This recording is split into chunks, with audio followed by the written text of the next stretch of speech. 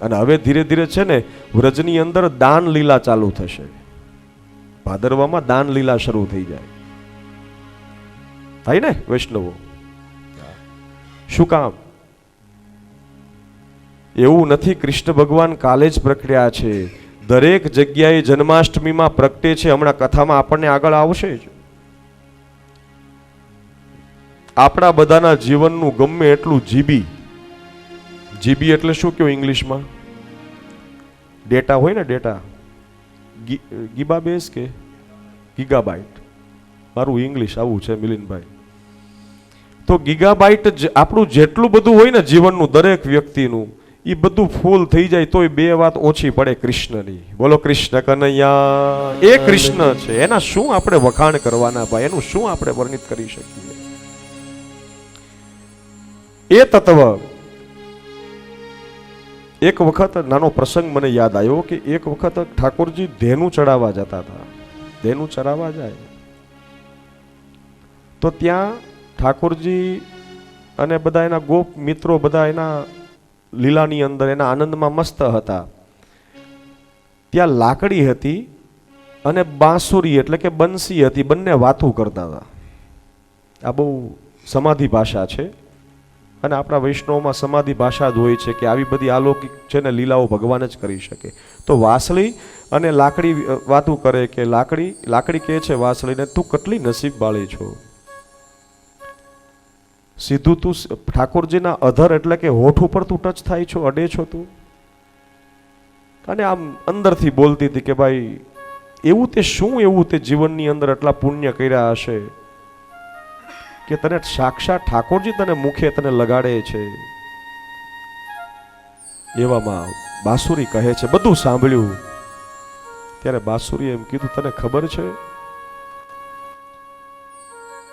કે મારા શરીરમાં કેટલા છિદ્ર છે, મને કેટલું મારા જીવનની અંદર મારી તકલીફ અનુભવી છે, હું તપશ્ચર્યા કરી છે ત્યારે હું મારા ઠાકોર સુધી પહોંચી છું, એના હોઠ સુધી. આ 7 છિદ્ર, એમ આપણા શરીરમાં 7 ચક્ર છે. તપ કરો તો ભગવાન આપણને સ્વીકારે છે, એમનેમ થતું નથી. તમે કોઈ બી દૂધ લઈ લો, એ પણ સફેદ છે. એનું દહીં બનાવો, એ પણ સફેદ છે. તમે એનું માખણ ઉતારો, એ પણ સફેદ છે. ઘી પણ બનાવો, એ સફેદ છે. એ કોઈ દી એનો રંગ છોડતો નથી. એટલે જ ભગવાનને પ્રાપ્ત થાય છે. આપણે બધા રંગ બદલાવી નાખીએ છીએ. આપણે આપણા રંગ બદલીએ એટલે ઓટોમેટિક. અને ઘણા વ્યક્તિ તો કેવા રંગ બદલાવી નાખે. થોડીક વાર તો આમ એમ થઈ જાય કે હું ડુંગળી લસણ ખાતો જ નથી, હું આ કરતો જ નથી. પણ પછી આમ કે ને કે મનને કાબુ ન રાખી શકે એટલે બહાર જઈને પાછો આમ મોઢું લઈ નાખે, પાછા તરત આમ કે મેં કઈ કર્યું જ નથી. પણ છેલ્લે ભગવદ્ ગીતામાં કીધું છે અર્જુનને,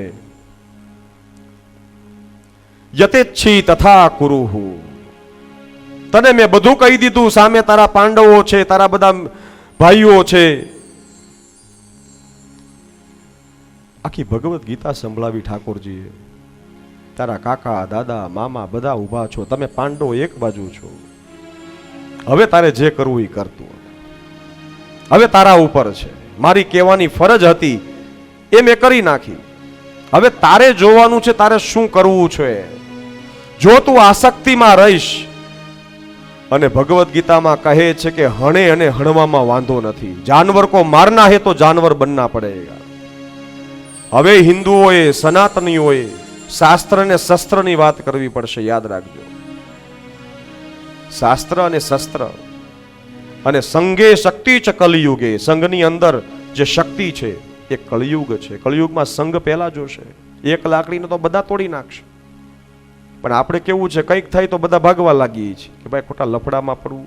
ઘરે જઈને પત્ની કંઈક કહેશે કે ન્યા તમારે શું કામ હતું. પણ બની શકે તો એક સમાજ આપણો એક થાળીમાં જમે ને બીજા બધા સમાજના એક થાળીમાં જમે છે, એટલે મન ભેગા છે. પેલા પતિ પત્ની એક થાળીની અંદર, એક પતરાવલીની અંદર, એની અંદર જમતા, એટલે મન બંનેના સારા હતા. સારા એટલે અનુકૂળ હતા બંનેને. પણ અત્યારે હવે અલગ અલગ કરી નાખ્યું છે.